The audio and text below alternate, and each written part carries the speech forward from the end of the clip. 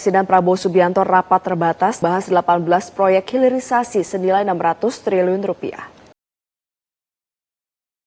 Presiden Prabowo Subianto duduk memimpin jalannya pertemuan penting yang bisa menjadi tonggak baru bagi arah perekonomian nasional. Dalam rapat yang digelar pada 6 November 2025 itu, Presiden memberikan instruksi tegas untuk mempercepat pelaksanaan 18 proyek hilirisasi strategis dengan nilai investasi mencapai hampir 600 triliun rupiah. Sebuah langkah besar yang menandai keseriusan pemerintah dalam membawa Indonesia naik kelas dari negara pengekspor bahan mentah menjadi negara industri yang mengolah sumber daya alamnya sendiri. Keputusan ini bukan sekedar proyek ekonomi di atas kertas, melainkan simbol perubahan arah kebijakan nasional. Selama puluhan tahun, Indonesia memang kaya akan sumber daya, tetapi kerap hanya menjadi penonton di panggung global.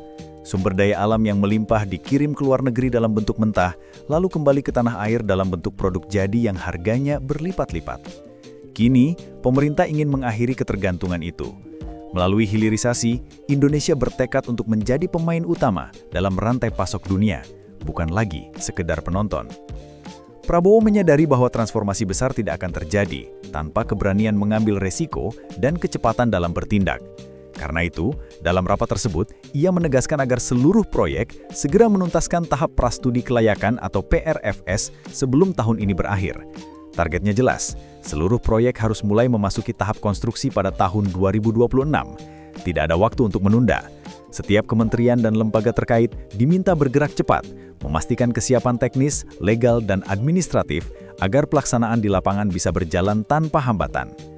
18 proyek ini mencakup berbagai sektor strategis, mulai dari energi, pertanian, perikanan, hingga mineral batu bara. Pemerintah menilai bahwa proyek-proyek ini akan menjadi motor baru bagi pertumbuhan ekonomi nasional. Selain menciptakan jutaan lapangan kerja baru, hilirisasi juga diharapkan mampu mengurangi ketergantungan terhadap impor yang selama ini menjadi beban besar bagi perekonomian.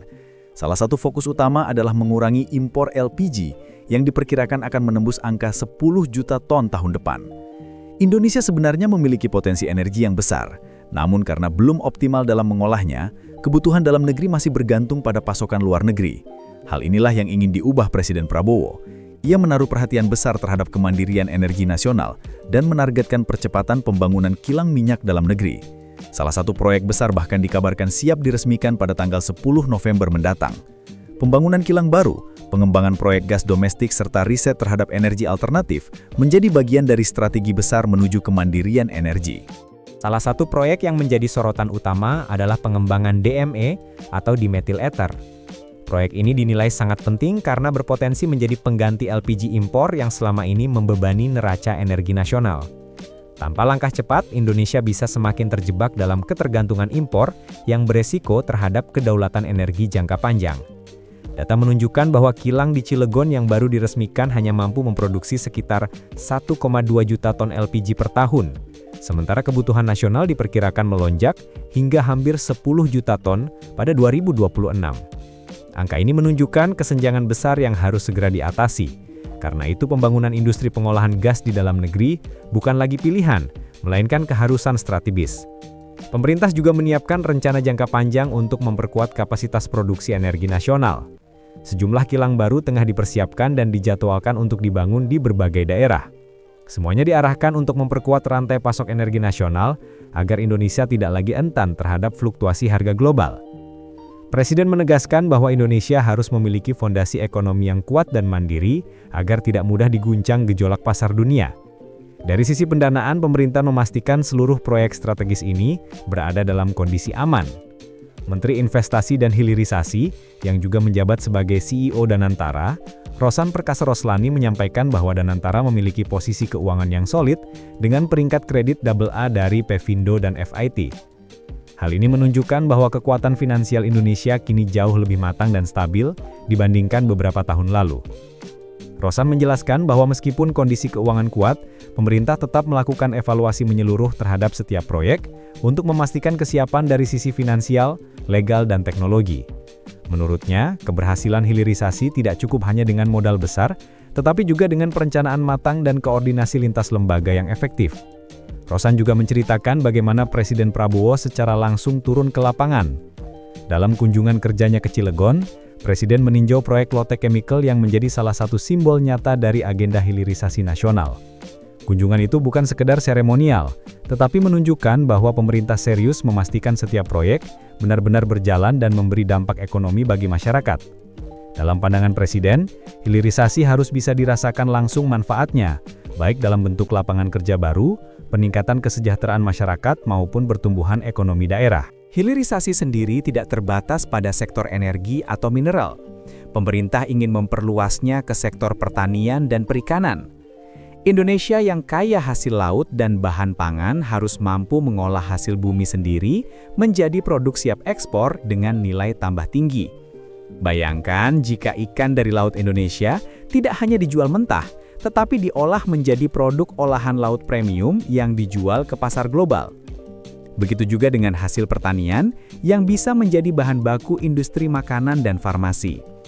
Semua ini adalah bagian dari cita-cita besar menjadikan Indonesia sebagai negara industri kuat berbasis sumber daya alamnya sendiri. Namun di tengah optimisme besar itu, muncul pertanyaan yang tak bisa dihindari. Mampukah Indonesia menjaga konsistensi? Hilirisasi bukan sekadar proyek cepat atau gebrakan sesaat. Ia membutuhkan disiplin, keberlanjutan, dan ketekunan jangka panjang. Banyak negara gagal di tengah jalan karena kehilangan arah dan komitmen ketika tantangan datang. Pemerintah sadar akan hal itu. Karena itu, Presiden menekankan pentingnya sinergi antara pemerintah pusat, daerah, BUMN, dan sektor swasta agar seluruh agenda hilirisasi bisa berjalan berkesinambungan. Langkah besar yang sedang diambil ini sejatinya bukan hanya tentang ekonomi. Ini adalah soal kedaulatan, soal bagaimana sebuah bangsa memutuskan untuk berdiri di atas kaki sendiri dan tidak lagi bergantung pada bangsa lain. Melalui hilirisasi, Indonesia sedang membangun fondasi kemandirian yang sejati. Dari bahan mentah menjadi produk bernilai tinggi, dari ketergantungan menjadi kemandirian, dari penonton menjadi pemain utama. Di penghujung perjalanan ini, sejarah mungkin akan mencatat bahwa di era inilah Indonesia benar-benar mulai menata ulang arah ekonominya. Di bawah kepemimpinan Prabowo Subianto, pemerintah berani mengambil langkah-langkah besar untuk memperkuat industri nasional dan mengolah kekayaan alam dengan nilai tambah tinggi. Proyek-proyek bernilai hampir 600 triliun rupiah ini bukan sekadar deretan angka, tetapi cerminan tekad bangsa untuk keluar dari jebakan negara berkembang. Hilirisasi adalah jalan panjang yang menuntut kerja keras dan konsistensi. Tetapi jika dijalankan dengan sungguh-sungguh, hasilnya akan luar biasa. Indonesia tidak hanya akan menjadi negara yang kuat secara ekonomi, tetapi juga berdaulat secara energi dan industri. Dan pada akhirnya, langkah besar ini akan menjadi warisan berharga bagi generasi mendatang, bukti bahwa bangsa ini pernah memilih untuk berdiri tegak, mengolah kekayaannya sendiri, dan menulis takdirnya dengan tangan sendiri.